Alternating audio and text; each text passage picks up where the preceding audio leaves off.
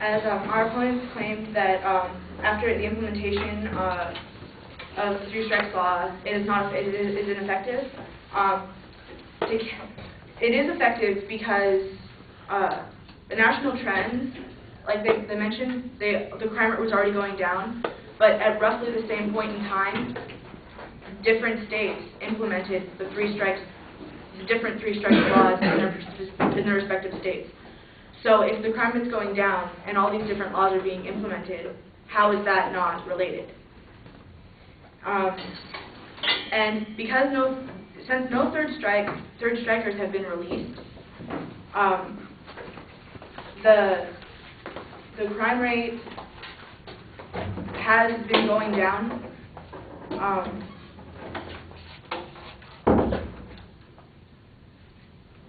Since there have been over 3 million fewer serious and non-violent 3 million fewer serious and violent crime victims, and 10,000 fewer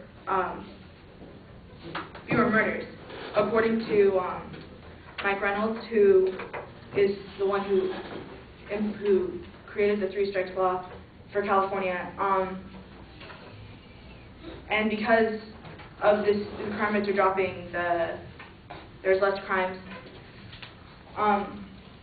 As far as prison overcrowding is concerned, the illegal removal of prisoners will cause the crime rate to go up if they haven't learned from their mistakes thus far. And with the Three Strikes Law, if it's too violent, the first two offenses are violent felonies. That in itself, if they're committing more crimes after violent offenses, then they're not fit to be in society. If they're still committing crimes after having gone to prison and served their sentences twice, they still belong in prison. And the increase in the prison population is only 10,000 inmates per year. This is less than the prison members before the Three Strikes Law.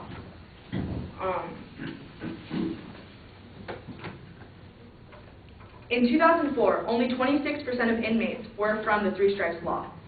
If only 26% of the inmates are from the Three Strikes Law, then the Three Strikes Law isn't causing prison overcrowding. It's just because all the inmates are still in for other reasons other than their three strikes. The average age of inmates is 50.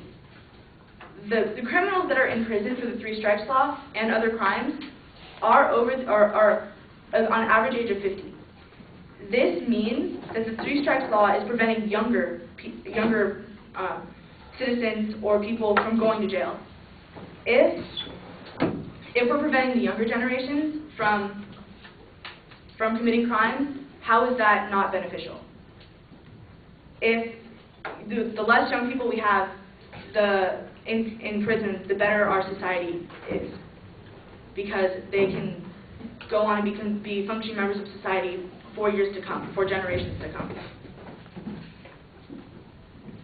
If the Three Strikes Law was to be reformed, the cost of appeals for three strikes for non-violent felonies would be a dramatic increase in the debt deficit for the state. Because in the Constitution there is a right to have for a lawyer to be provided if you cannot afford one yourself, then the average cost of an appeal is $10,000 to $25,000. For every 100 appeals that the state has to pay for, it's $1 million. It's $1 million into the debt. So for every 100, that's $1 million more in debt that the state of California is and the country is.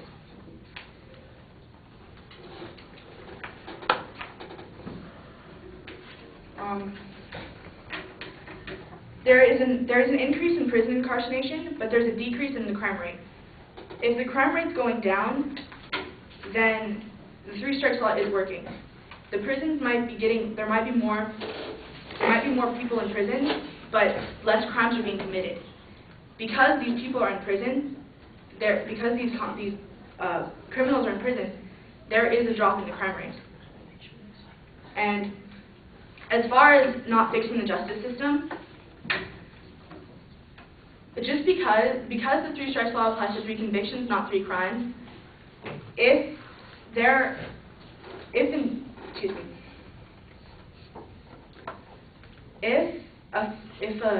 criminal has committed the 3 strikes, it does not mean that they haven't committed other crimes. It doesn't mean that they haven't committed more crimes that they didn't get caught for, because not everybody gets caught for their crimes. You're more likely to catch repeat offenders who have committed crimes as opposed to somebody who just committed the first crime completely. And for trials by jury, because we have trial by jury, the 3 strikes supposedly denies the trial by jury. The 90% of the plea bargains are the norm for 90% of crimes.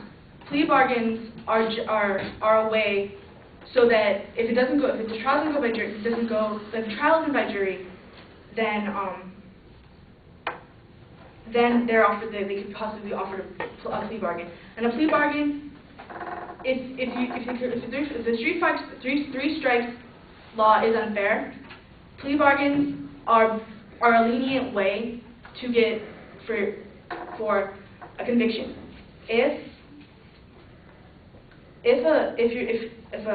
an offender is offered a plea bargain and they take the plea bargain, it is most likely a lesser sentence than if they had gone through a trial by jury.